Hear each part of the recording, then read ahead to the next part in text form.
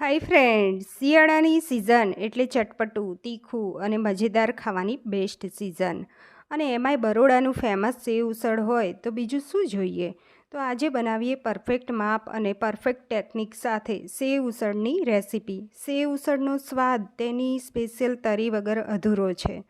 તો તરીની રેસીપી પણ જોઈશું. અહીંયા વાટકીના માપ પ્રમાણે 1.5 વાટકી સફેદ વટાણા લીધા છે. 2 વખત પાણીથી વોશ કરી એક્સ્ટ્રા પાણી જવા દઈ અને 1 ગ્લાસ પાણી એડ કરી મીન્સ ડૂબાડૂબ પાણી એડ કરી 7-8 કલાક પહેલાં મેં પલાળી રાખેલા. હવે પાણી કાઢી અને કુકરમાં લઈ લેવાના છે. આપણે બાફવા માટે મૂકી દઈશું. 1.25 ગ્લાસ પાણી ઉમેરી દેવાનું છે. અને હા, આ માપ સાથે 5થી 6 વ્યક્તિ સેવ ઉસળ ખાઈ શકશે. તેની અંદર 1/4 ટીસ્પૂન મીઠું ઉમેરીએ. 1/4 ટીસ્પૂન હળદર એડ કરી લઈશું. ઢાંકણ બંધ કરી મીડિયમ ફ્લેમ ઉપર આપણે 4થી 5 વિસલ પાડી લેવાની છે. તો અહીંયા 4 વિસલ પડી ગઈ છે. ગેસની ફ્લેમ બંધ કરી લઈશું. કુકરમાંથી એની જાતે જ પ્રેશર ઓછું થાય એટલે આપણે ચેક કરીશું. હવે અહીંયા 2 મોટી સાઈઝના કાંદા સમારીને લીધા છે. 1 મીડિયમ ટામેટું સમારીને, ટુકડો આદુ છોલી કટકા કરી, 7-8 કળી લસણ, 1 તીખું લીલું મરચું, 3 લવિંગ અને 3 ટુકડા નાની સાઈઝના તજના લીધા છે. આ બધી જ સામગ્રી છે એ આપણે મિક્સર જારમાં લઈ લેવાની છે. તો અહીંયા વચલું જાર મેં લીધું છે મિક્સરનું. નાના જારમાં આ સામગ્રી વધી જશે એટલે વચલા જારનો યુઝ કરી રહી છું. તો 2 કાંદા સમારેલા, 1 મીડિયમ ટામેટું સમારેલું, ફરી કહી દઉં છું, ટુકડો આદુ છોલી કટકા કરીને, 7-8 કળી લસણ, 1 લીલું મરચું તીખું, 3 ટુકડા તજ અને 3 લવિંગ. ઢાંકણ બંધ કરી અને મિક્સર ચલાવી અને પેસ્ટ તૈયાર કરી લેવાની. આ ઉસળની તૈયારી થઈ રહી છે.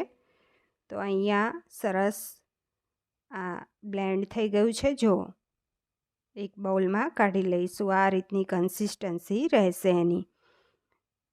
તો આ પેસ્ટને એક બાઉલમાં કાઢી લઈ અને પછી આપણે વટાણા ચેક કરી લઈએ કૂક થયા છે કે નહીં. જો તમારે ના થયા હોય તો 1 વિસલ વધારે પાડી લેવાની. અહીંયા 4 વિસલમાં જો સરસ કૂક થઈ ગયા છે. પાણી ઉપર ડિપેન્ડ કરે છે. તો અહીંયા સરસ કૂક થઈ ગયા છે. હવે કડાઈની અંદર 2 ટેબલસ્પૂન તેલ ગરમ કરવા મૂકીએ. તેલ ગરમ થાય, નવશેકું ગરમ થાય ત્યારે તમારે પેસ્ટ ઉમેરી દેવાની. ગેસની ફ્લેમ ધીમી રાખવાની છે. હવે સાંતળી લઈશું. તો આમાં પાણીનો ભાગ બળે ત્યાં સુધી આપણે સાંતળવાનું છે. તો જલ્દી સાંતળાઈ જાય એ માટે ઢાંકણ ઢાંકી દઈએ તો જલ્દી કૂક થઈ જશે. તો ઢાંકણ ઢાંકી આપણે 3-4 મિનિટ રાખ્યું છે. તો હવે ચેક કરી લઈએ. બળી ના જાય ધ્યાન રાખવાનું છે. જો સરસ સાંતળાઈ ગયું છે, બળી પણ નથી ગયું, નીચે ચોંટતું નથી, એ ખાસ ધ્યાન રાખવાનું.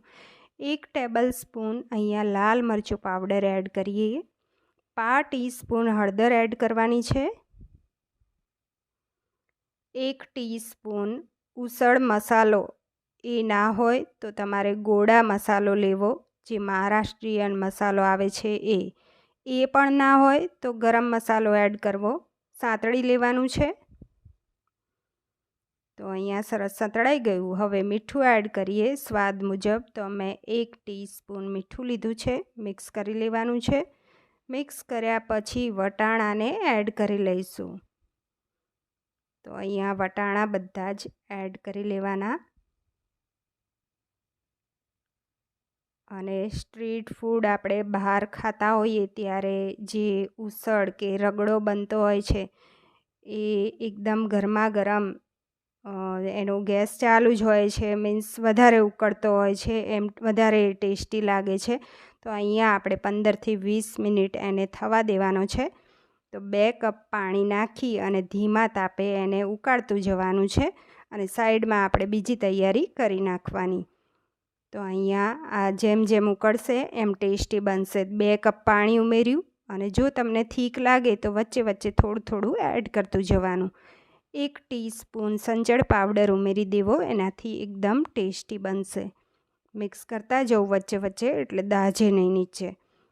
હવે તરીની તૈયારી કરી લેવાની છે. સાઈડમાં મિક્સર જારમાં 1 મીડિયમ ટામેટું સમારેલું, 3 ટેબલ સ્પૂન લાલ મરચું પાવડર, તો અહીંયા વધારે જ ઉમેરવાનું છે, 20 કળી લસણ, 1 ટીસ્પૂન હળદર, સ્વાદ મુજબ મીઠું નાખીશું, તો મેં 1 ટીસ્પૂન નાખ્યું છે. થોડુંક પાણી એડ કરી લેવાનું, 1/4 કપ જેટલું. ઢાંકણ બંધ કરી અને પેસ્ટ બનાવી લેવાની છે આ રીતે. જો અહીંયા પેસ્ટ તૈયાર થઈ ગઈ છે. હવે અહીંયા કડાઈની અંદર 1/4 કપ જેટલું તેલ ગરમ કરવા મૂકીશું. તેલ આમાં વધારે હોય છે એટલે આપણે 1/2 કપ જેટલું તેલ લીધું. હવે ગેસ ચાલુ કરી દેવાનો અને ગેસની ફ્લેમ સ્લો રાખવાની.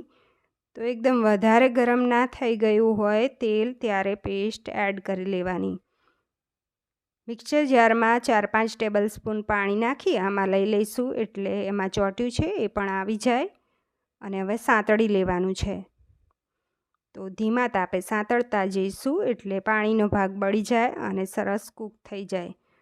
હવે અહીંયા સરસ સંતળાઈ ગયું છે, પાણીનો ભાગ બળી ગયો ત્યારે 1 ટીસ્પૂન ઉસળ મસાલો એડ કરવાનો.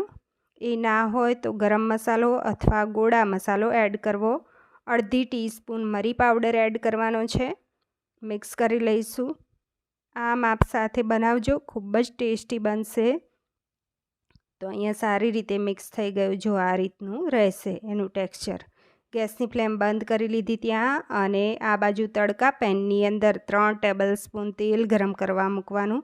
તેલ સરસ ગરમ થઈ જાય એટલે બનાવેલી તરી ઉપર એડ કરી લેવાનું. હવે એકદમ સરસ સુગંધ આવશે. જો અને સારી રીતે મિક્સ કરી લેવાનું છે. તો આપણી આ સેવ ઉસળની તરી તૈયાર થઈ ગઈ છે. તો આના વગર સેવ ઉસળ અધૂરું છે. તો મિક્સ થઈ ગયું. હવે એને સાઈડ કરીએ. આ બાજુ 15થી 20 મિનિટમાં ઉસળ પણ સરસ ઉકળી ગયું છે. અહીંયા ગેસની ફ્લેમ બંધ કરી લેવાની. હવે તવા ઉપર કે નોનસ્ટિક પેન ઉપર તેલ ગરમ કરવા મૂકવાનું છે. તમે બટર પણ સાથે લઈ શકો છો. એની અંદર મેં થોડીક તરી નાખી અને પાઉંને શેકી લઈશું ધીમા તાપે. શેકી અને કાઢી લઈશું. તો અહીંયા પાઉં પણ સરસ શેકાઈ ગયા છે. કેવી રીતે સર્વ થાય એ પણ ખાસ જુઓ.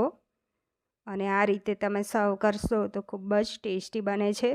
સર્વિંગ બાઉલની અંદર ઉસળ લીધું પહેલાં, એની અંદર 2 ટેબલ સ્પૂન તરી એડ કરી મિક્સ કરી લેવાનું છે. ઉપરથી તરીનું તેલ પણ નાખીશું. તો લીલી ડુંગળીના પાનથી ગાર્નિશ કરવાનું છે અને લીલા ધાણાથી ગાર્નિશ કર્યું. ઉપરથી થોડોક સેવ ઉસળ મસાલો અને મરી પાવડર સ્પ્રિંકલ કર્યો, અને સેવ આવે છે ઉસળની એ પણ સાથે સર્વ કરવાની છે. તો અહીંયા તરી ગોઠવી દેવાની બાઉલમાં, અને ગાંઠિયા સેવ આવે એ લેવાની છે, અને એની સાથે આપણે પાઉં મૂક્યા અને ઉસળ પણ તૈયાર છે. તો બરોડાનું ફેમસ સેવ ઉસળ તૈયાર થઈ ગયું છે. પસંદ આવ્યું હોય તો લાઈક, શેર અને સબસ્ક્રાઈબ જરૂર કરજો. કમેન્ટ્સ કરીને ખાસ જણાવજો કે કેવું લાગ્યું.